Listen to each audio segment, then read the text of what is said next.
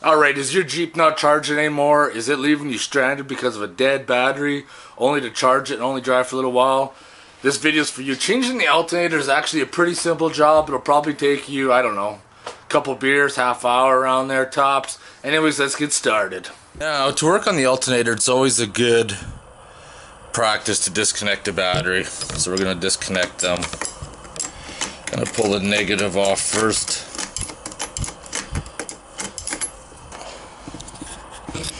Now for the alternator, I'll move this upper rad hose out of the way here. There's only two bolts. Remove one here and one right down there, and then you got your battery cable on the back, and then your other cable for your power supply on the other end. So when you do this job, you want to disconnect either your negative or your positive. Have one of them or both of them disconnected, and then we can pull the alternator off. The first thing is moving the alternator. You want to pull this electrical connection off.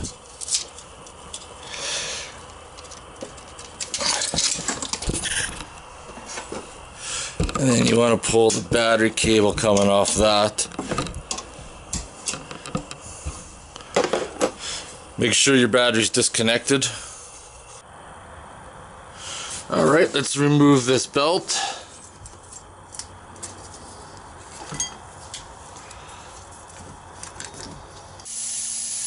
There's two bolts to yank out.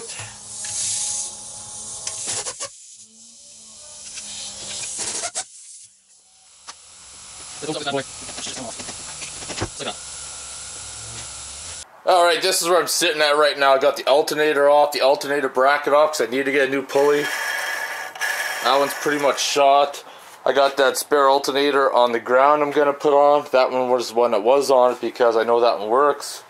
With a good bearing, it rolls smooth, doesn't roll rough or fast like the other one did.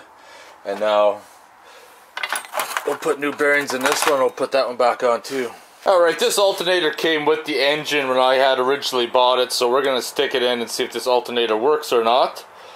We're going to find out pretty soon.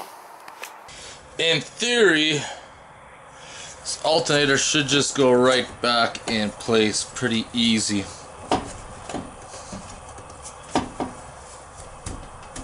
Of course, that's never the case. I get a rubber mallet. Sometimes when it's being a stubborn little cunt, you need to put a fucking lineup bar in there just to get the holes aligned.